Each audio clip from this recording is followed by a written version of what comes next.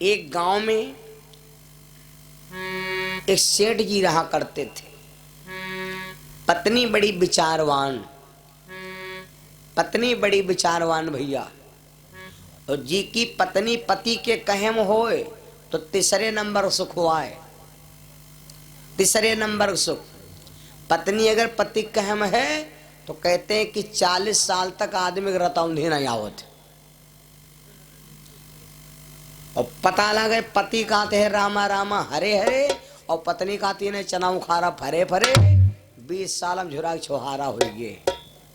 वह टेंशन बनी रहा थी। आदमी के जीवन के सुख होते हैं 7।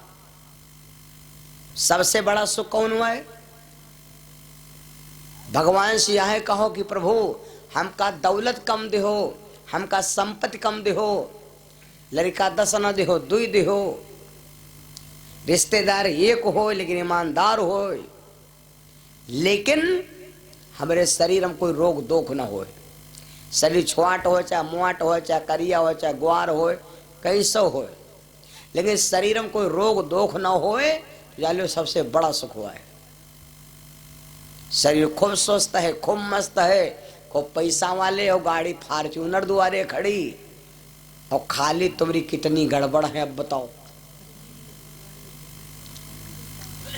थरिया खानक भर के रख दिन जाए 14 में अलग भोजन, और पेट में दर्द होए लगे बोलो वो थरिया कौन काम के हैं? जो कोई हबो करे अरे खा लो, अरे तुम कहा पर ही खाना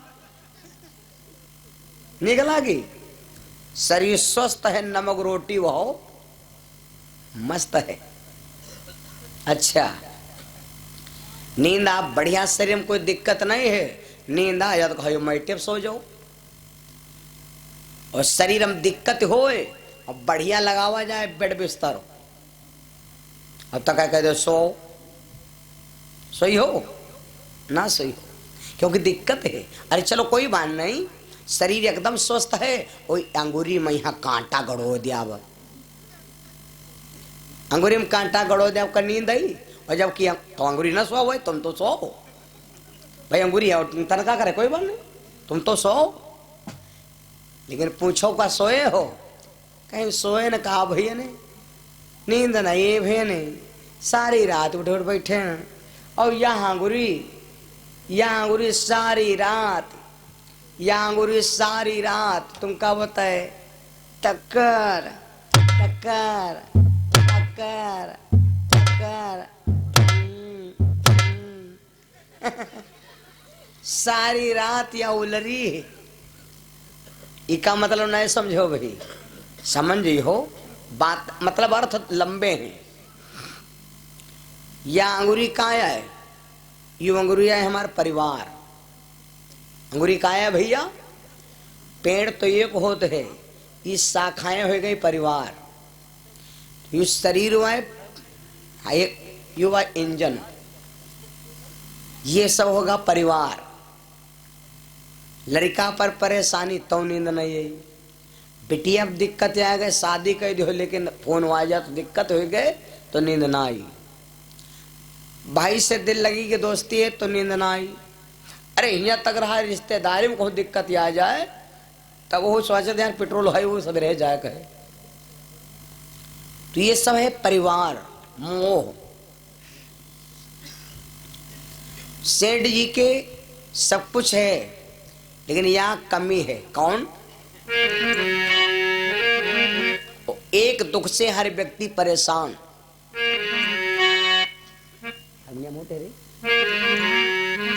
कोई दुखी संतान से कोई संतान को, कोई दुखी संतान से कोई संतान को।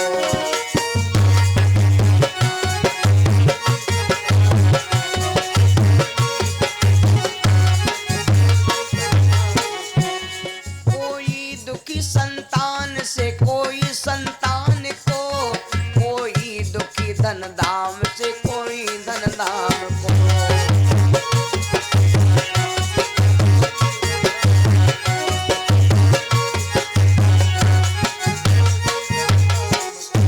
कोई दुखी है संतान से कोई संतान को, कोई लड़कन से ने दुखी, कोई लड़का खातिन दुखी, कोई धन के खातिन दुखी, कोई धन से दुखी। जिनके लड़का ने वो लड़कन खातिन परेशान, और जिनके लड़का वो लड़कन से ने परेशान। लखनऊ में ऐसे ऐसे घर बने हैं कि दिया जलवैया कोई नहीं है। तो हमारे साथी बाबा ला गए 20,000 रुपया महीना जलाए रहे भैया, बरमरा कर रहे लगी। अच्छा चलो तुमको दिखाई जरा नील गांव के मोड़ पर या मड़ैया पर 19 लड़का रहा था, 19 लड़का मड़ैयम, वही घर मारे परेशान। सेठ जी के सब कुछ है लेकिन भैया एक संतान नहीं। सब था नप के कोई लालन था, वो इसी शोक में डूबे थे।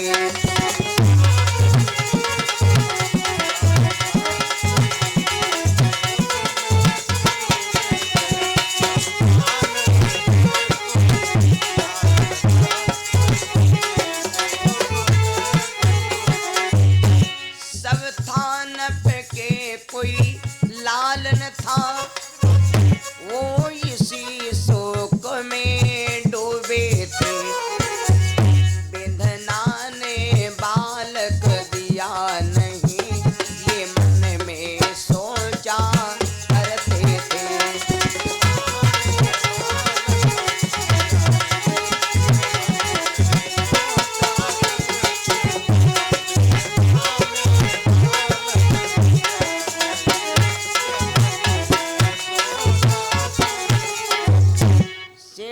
सब कुछ है लेकिन भैया एक संतान नहीं। एक संतान नहीं। एक दिन पत्नी रोने लगी, अपने पति से बोली, महाराज मैंने सुना है कि जो लोग पुत्र नहीं पाते हैं वे स्वयं नरक में जाते हैं, वे स्वयं नरक में जाते हैं, पुरखों को भी ले जाते हैं। रो करके बोली, महाराज एक बात बताओ, मैंने कौन सा पाप किया जो इतना बड़ा महल मकान है लेकिन एक संतान नहीं। सेठ जी बोले, देवी चिंता ना करो, हम जाते हैं और संतों से जाकर के पूछेंगे। सेठ जी भैया वहां से चल दिए और चलते चलते सेठ कहाँ गए? संतों के पास। महात्मा लोगों से पूछा, महाराज मेरे घर में कौन सा पाप लग गया जो इतनी उम्र हो गई मेरे घर में कोई संतान ना भई? संतों ने कहा, राजन तुम्हारे घर में कोई नंबर 2 का धन आ गया है और इसीलिए तुम्हारे घर की वृद्धि रुक गई है, परिवार नहीं चलेगा। दिया हुआ धन, दिया हुआ दान वापस ले लेने से कितना बड़ा पाप लगता है। इत विश्राम सागर में बाबा रघुनाथ दास जी ने वर्णन किया। दिया हुआ धन ले लेने से, दिया हुआ धन, बहुत लोग देखो चंदा देते हैं कथम तो कहे हमारा चंदा लौटाओ, चंदा लौटाओ तुम, कथा हो चाहे न हो। दिया हुआ धन ले लेने से मरने के बाद वो आदमी क्या बनता है मालूम? गिरगिटान। मरने के बाद कौन बनते हैं भैया? गिरगिटान। लाल मूड मूर्ख नहीं, चार बाव मंचर नहीं, लंबी पूंछ न घोड़ और बूझ पहली मोर। गिरगिटान हम नहीं कहते। एक राजा था नृग। राजा नृग ने विचार किया हम दान करें। तो राजा नृग ने प्रण कर लिया कि सूर्योदय से सूर्यास्त तक हम गैयों का दान करेंगे। तो गैया ही खोजा ही नहीं दान कर देंगे, भागी भागी घूमती रोड पर। ऐसी भक्ति वैसी भक्ति। सिंह है मढ़वाता और गैया खूब नहुआ जाए, गैया ककुद रूप में हो जाती हैं। गैया ब्राह्मणों को देते हैं। एक ब्राह्मण, उसका धर्म सिद्ध हो गया था। एक ब्राह्मण को गैया राजा नग ने दान किया। वो ब्राह्मण गैया लिए चला गया। जब ब्राह्मण गैया लिए चला गया, रात में वो गैया का रोष लाग भैया वह गैया गई छूट। वह गैया आकर के राजा के गैयों के झुंड में फिर मिल गई। जब राजा के झुंड में मिल गई, सवेरे वो ब्राह्मण साहब गैया ढूंढे, मर गैया कहाँ, गैया कहाँ? आज के 20 साल पहले गैया ने कितना सम्मान है मालूम?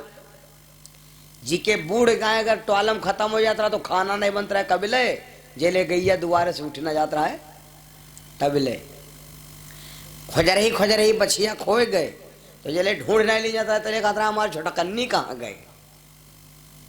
आज कोई की अच्छी खासी गाय खो जाए, आज कोई की अच्छी खासी गैया खो जाए तो ढूंढे कोई नहीं जात। और वो आधा किलो लड्डू ले तो हनुमान के मंदिर और भागत वो कहा हे हनुमान जी महाराज आधा किलो ही लो हमारे गैया कहो मर जाए या वह बंग जाए या तो वह सारधा वाले खेवली में फांद जाए मर जाए। तो वह आधा किलो अब चढ़े थे ना, वो आधा किलो चढ़े जब वह बंग जईता। बताओ बताओ गौ की तुम बुद्धि काटे के खातिर लोग प्रसाद मानते हैं। पहले इतना गैयन का सम्मान था। वो ब्राह्मण गैया ढूंढते ढूंढते आया और इधर भैया राजा साहब सवेरे समझ नहीं पाए किया गैया हमने दान किया था, वह गैया दूसरे ब्राह्मण को दे दिया।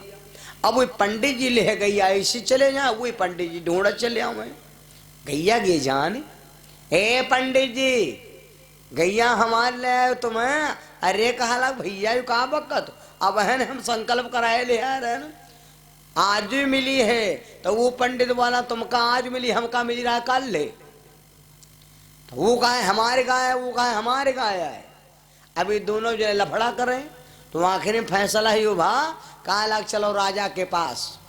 राजा साहब जो कह दे वो है बात मान्य है, तुम का दे तो तुम ले हम का दे तो हम ले। दोनों जने लेके गैया पहुंच गए। दोनों ब्राह्मण बराबर बोले राजन यो बताओ ये गैया तुमने आज ही हमको दिया कि नहीं दिया। तो वो बोला राजन तुमने गैया हमको कल दिया था 4 बजे कि नहीं दिया था। अब राजा साहब दोनों ब्राह्मण के बीच में फंसे। नैया फंसी है बीच धार किसे क्या समझावे, नैया फंसी मझ धार किसे क्या समझावे।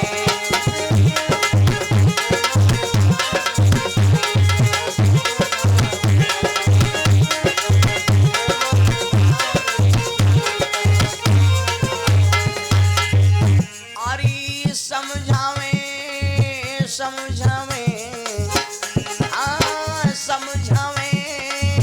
समझावे नैया परी बीच धार किसे न समझावे।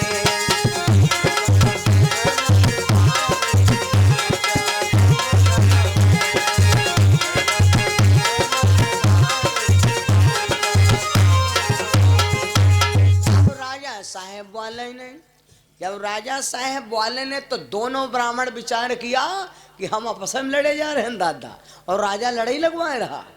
दोनों ब्राह्मण गुस्से में आकर के राजा को श्राप दिया है राजा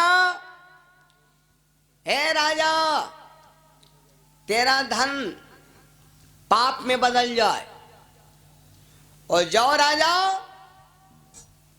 कोई तो फैसला करते हो दिया या नहीं दिया। अब चुप्पे शांत खड़े हो नहीं बोल रहे हो, जाओ हम तुम्हें श्राप देते हैं कि तुम इसी जगह से गिरगिटान हो जाओ। जैसे इतना कहा राजा साहब ब्राह्मणों के चरण में गिर के महाराज मैंने बहुत सा धन दान किया, अब हम दोनों को बराबर समझा इसलिए महाराज मैं कुछ नहीं कह सका। दोनों ब्राह्मण बोले राजन अब ये तुम्हें पाप लग ही चुका है, अब इसका तुम्हें प्रायश्चित भोगना ही पड़ेगा, अब इसका तो प्रायश्चित तुम्हें भोगना ही पड़ेगा। और ये हमारे भैया राम स्नेही रसूलपुर से भैया ने 51 रुपये दान किया। गुरु प्रसाद पाल भैया हमारे शरीफाबाद से 51 रुपये दान किए। और ये हमारे भैया कल्लू गौतम ये भैया हमारे भैया जी की तरफ से शरीफाबाद से 51 रुपये दान। राम कुमार ये रसूलापुर से 51 रुपये दान किए भगवान से कामना। और दिनेश रावत भैया शरीफाबाद से 51 रुपये दान आया। प्रदीप यादव शरीफाबाद से 21 रुपये दान। और ये हमारे भैया पूरन दिन 51 रुपये दान शरीफाबाद से छोटे लाल पाल, ये हमारे भैया रसूलपुर से भैया ने 51 रुपये दान किया। राम केतार पाल शरीफाबाद से 51 रुपये दान। भगवान से कामना प्रभु जी रक्षा करें, जीवन मंगल में हो। एक बार जयकारा बोलो। प्रेम सुनो बांके बिहारी भगवान की। मेरे बंदो, तो अब राजा साहब बोले गुरुजी अब यो बताओ हमारा उद्धार कैसे होई। तो ब्राह्मणों ने कहा राजा प्रायश्चित तो भोगने पड़ी, उद्धार की बात करते हो तो अब उद्धार ना हो पाई। जो सबसे बड़ा देवता हो वही उद्धार करेगा। कब? तुम जाकर के वृंदावन की कुंज गली में एक कुआं है, वह कुआं में बैठाओ और जब उनकी निगाह पड़ी, कब? जब यदुवंश कृष्ण अवतारा वही है हरण महामहिवारा।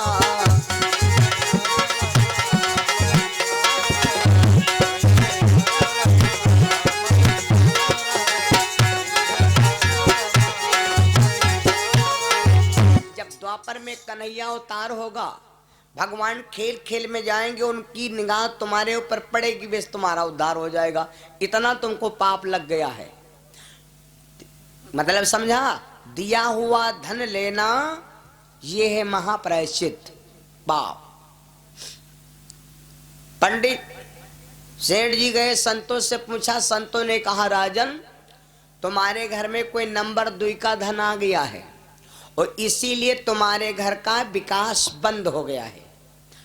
तो अब करी का ऐसा करो, कुछ धन लुटाए डालो, कुछ धन दहेज में दान कर दो। तो जब वो वाला धन निकल जाए, एर वाला एर निकल जाए, एर हो जाते जन नहीं हो जाते, कुछ तेल बह जाते हैं वैसी वैसी फूकी फांकम। जैले एर ना निकली तैले काम ना बनी, एर निकलेगा फिर कस दो काम चालू। तो ऐसा करो। और एक बात बता दे, आपके घर में जैसे 2,000 10,000 रुपया है, वही माँ अगर 100 की नोट गड़बड़ आ गए तो वह बहुत गड़बड़ करेगी। 1 दर्जन क्या ला लाओ, फ्रिज में रख दो, एक को गड़बड़ ना हो, 5 दिन तक आराम से रखे रहे, तन को दगह ना हुई। और एक सड़हा तुम रख दो हम बीच में, सवेरे देखो चाहे फ्रिज में रखो चाहे जाए हम रखो, 3 का लसरी के चौगिरदा, और 5 दिन ध्यान न दो तो पूरा दर्जन साफ होगा। ये है बात मेरे बंधुओं।